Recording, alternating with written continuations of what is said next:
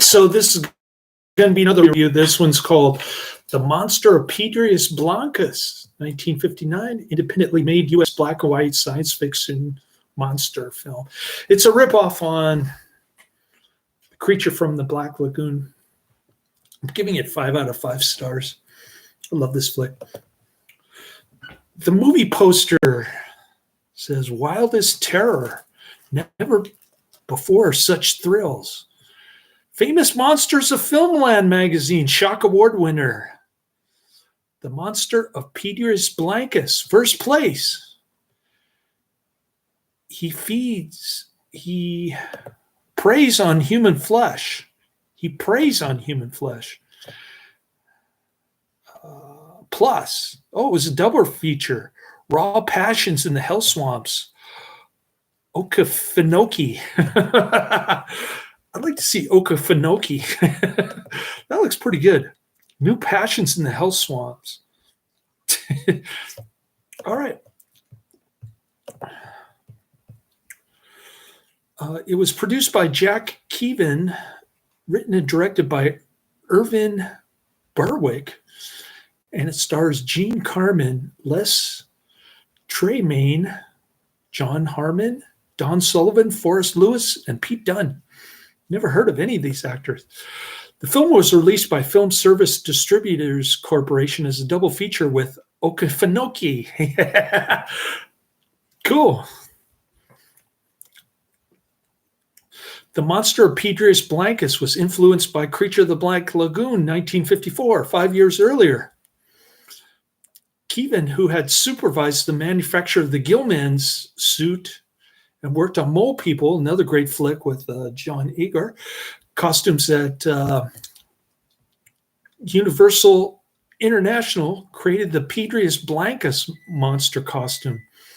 Keevan employed several of his former Universal associates on the picture, including soundman Joe Lapis and prop master Eddie Keyes.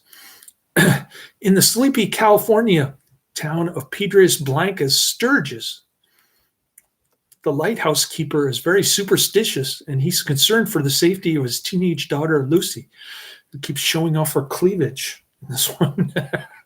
You can see her bra. He leaves food for a sea monster who lives in a nearby cave. The locals disregard his warnings at first, but they begin to take notice when the bodies of people killed by the creatures are found on the beach. In one case, there's a severed head that the monster is carrying around. You don't actually see the monster until the end of the movie. The ending is quite spectacular.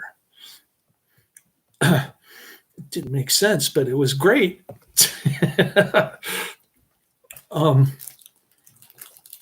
So you get to see the severed head twice in this one. Once when the monster is carrying it, and again when he leaves it in the cave. There's like a crab attacking it or something, and they shoot at the crab. A local scientist identifies a scale found near one of the bodies as belonging to Dip Love-Trebron, a previous amphibious reptile long presumed extinct. All right, so the monster costume looks ridiculous. All you need to do is look at the movie poster to get a feel for the monster costume. Both Berwick and Keevan toiled in unbilled obscurity as contracted employees at Universal International. Benwick had been an uncredited dialogue director at Universal International and at Columbia prior to that, working with the likes of William Castle and Jack Arnold. Two great producers. Keevan, in particularly, chafed under the stewardship of Bud Westmore, the head of the studio's makeup department, who seldom allowed employees like Keevan or sculptors Chris Muller and Millicent Patrick to receive publicity. Berwick and Keevan formed Van Wyck Productions and became independent producers. The Monster of Piedras Blancas, their first film, was designated as a takeoff on Universal International's popular Creature from the Black Lagoon, whose iconic monster suit Keevan had helped manufacture. For this film's fictional Dip Lover Trebron, Kevin cut costs and labor time by using existing molds for the feet cast from those of the Metaluna mutant from This Island Earth. I don't know if Adrian has seen that yet, but I recommended it highly to him. And the oversized hands designed originally for the mole people. Actor stuntman Pete Dunne wore the green-hued monster suit in the film and did double duty playing the bartender character. Parts of the rubber monster suit showed up years later in the TV show Flipper, in the episode Flipper's Monster, which was directed by Rico Browning, who had performed the Gillman swimming scenes in Creature from the Black Lagoon. Universal gave a great deal of unofficial cooperation to the production since it was going through a period of budget problems. Van Wyck received sweetheart deals for production vehicles and equipment, the studio's way of helping many of its laid-off technicians who found work on the independent film. The film's end budget was $29,000. Running time 71 minutes. It was released under a different distributor, Grand National Pictures in the UK.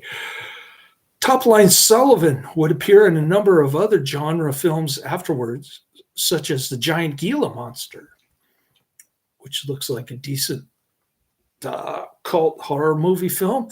This was the only lead role of B-movie actress and pinup model Carmen, best known as a trick shot golf expert. Character actor Lewis was primarily known for his radio work, as was Tremaine.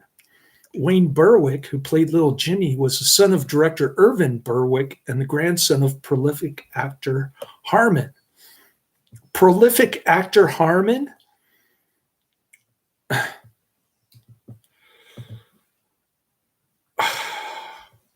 John Harmon. Doesn't ring a bell. I don't know why it says prolific.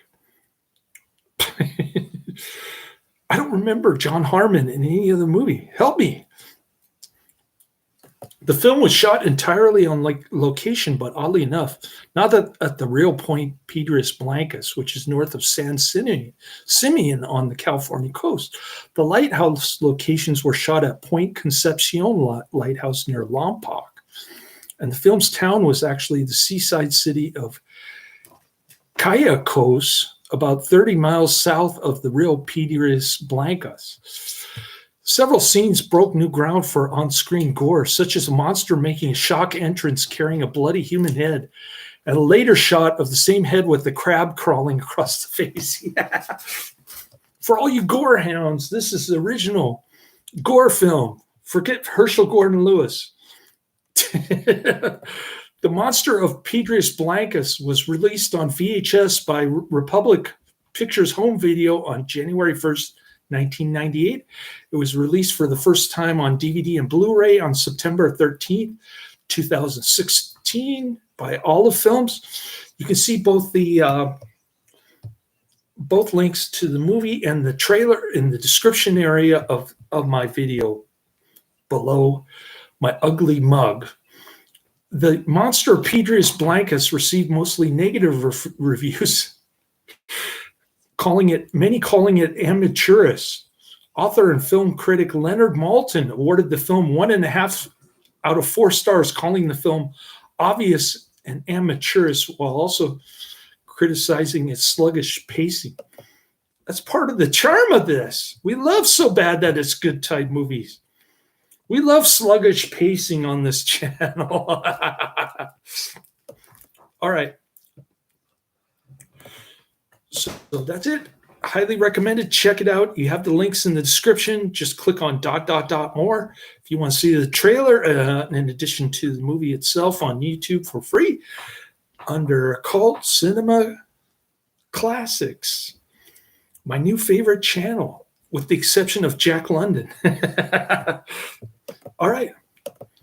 So I got the beef brisket cooking in the microwave. My son prefers pulled pork. I'm cooking that in the frying pan.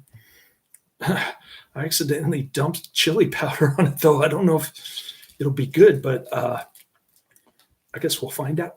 Then I got to drop drive back to San Francisco, put in 5 hours, and then go to work the next morning. Probably get about 5 hours of sleep at the rate I'm going. So 5 hours is not bad. It's not fatigue level when I'm on my energy drink first thing in the morning, 6 o'clock. But I'm sure that I'll crash out on my car in between shifts if they give me a small shift tomorrow, which they probably will. We'll see. All right. Well, thanks for checking out my channel. I'm waiting for the mailman to pick up my Netflix DVD, and maybe I'll get some more Netflix DVDs in exchange. I'm going to be trading with Netflix. All right, laters.